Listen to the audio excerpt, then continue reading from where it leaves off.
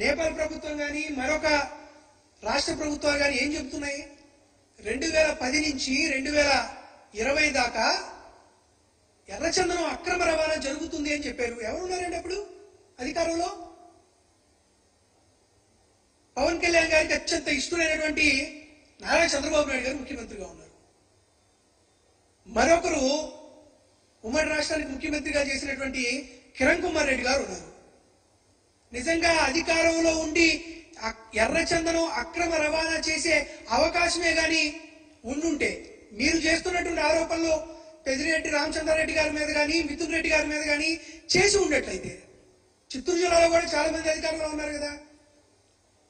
చంద్రబాబు నాయుడు గారు చిత్తూరు జిల్లా కదా, కిరణ్ కుమార్ రెడ్డి గారు చిత్తూరు జిల్లా కదా, గల్లా అరుణ్ కుమార్ గారు చిత్తూరు జిల్లా కదా, చనిపోయిన వ్యక్తి గాలి ముద్దు కృష్ణనాయుడు గారు చిత్తూరు జిల్లా కదా. మరి వారందరూ ఎందుకు అక్రమ రవాణా చేస్తున్నారు ఎర్రచందనం మీరు ఎందుకు ప్రశ్నించలేకపోయారు?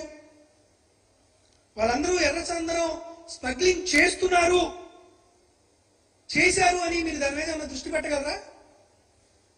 కాబట్టి అదే పనిగా మేము చెబుతున్నాం. ఇప్పుడు మీరు రాష్ట్రంలో చాలా పవర్ఫుల్ అని చెప్పుకుంటున్నారు. కేంద్ర ప్రభుత్వంలో నరేంద్ర మోడీ గారికి అమిత్ షా గారికి నేను చాలా దగ్గర అని చెప్పుకుంటున్నారు. నాకు చాలా పలుకుబడి ఉందని చెప్పుకుంటున్నారు. కాబట్టి మీకు ఒక విజ్ఞప్తి చేస్తున్నాం. ఎర్రచందనం నిల్వలు ఎక్కడెక్కడైతే ఏ రాష్ట్రాల్లో ఉన్నాయో ఏ దేశాల్లో ఉన్నాయో దాని విలువ సుమారుగా 4 నుంచి 5 వేల కోట్ల రూపాయలు. అవన్నీ మీ పలుకుబడిని ఉపయోగించి నరేంద్ర మోడీ గారితో మాట్లాడి అమిత్ షా గారితో మాట్లాడి పక్కన ఉన్నటువంటి రాష్ట్ర ముఖ్యమంత్రి గారితో మాట్లాడి తిరిగి తీసుకురండి.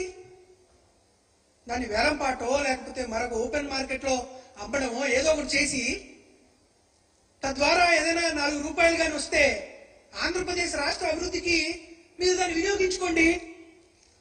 ఇటువంటి వాటి మీద మీరు దృష్టి పెడితే బాగుంటుంది. కానీ పెద్దిరెడ్డి రామచంద్రారెడ్డి గారిని డిఫేమ్ చేయాలనో మిథున్ రెడ్డి గారిని డిఫేమ్ చేయాలనో తద్వారా జగన్మోహన్ రెడ్డి గారిని డిఫేమ్ చేయాలనో మీరు ప్రయత్నాలు చేస్తే నడినెత్తిన ఉన్నటువంటి సూర్యుడి మీద ఉమ్మేసేటువంటి వైనం ఎలా ఉంటుందో పవన్ కళ్యాణ్ గారు మీ పరిస్థితి కూడా అలానే ఉంటుంది అని నేను చెప్పదలుచుకున్నాను.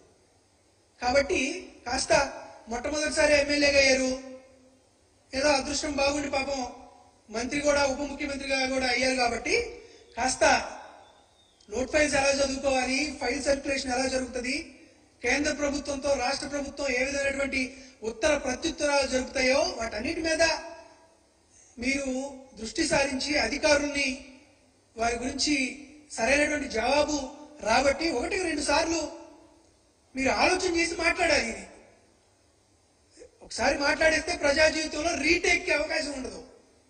కాబట్టి నేపాలు రెడ్ శాండిల్ ఎర్రచందనం మీద మీరు మాట్లాడినటువంటి అసత్యాలు చేసినటువంటి అభూత కల్పనలకు సాక్ష్యాధారాలతో మీ ముందే మేము చూపించాం. కాబట్టి భవిష్యత్తులో మీరు ఇటువంటి అసత్యాలను అభూత కల్పనలను చేయకుండా వ్యక్తిత్వ హననం చేయకుండా మా నాయకుల పైన దయవుంచి ప్రజా తీర్పుని అనుసరించి పరిపాలన మీద దృష్టి పెట్టాలని గౌరవ ఉప ముఖ్యమంత్రి శ్రీ పవన్ కళ్యాణ్ గారు మరొకసారి కోరుతున్నాం.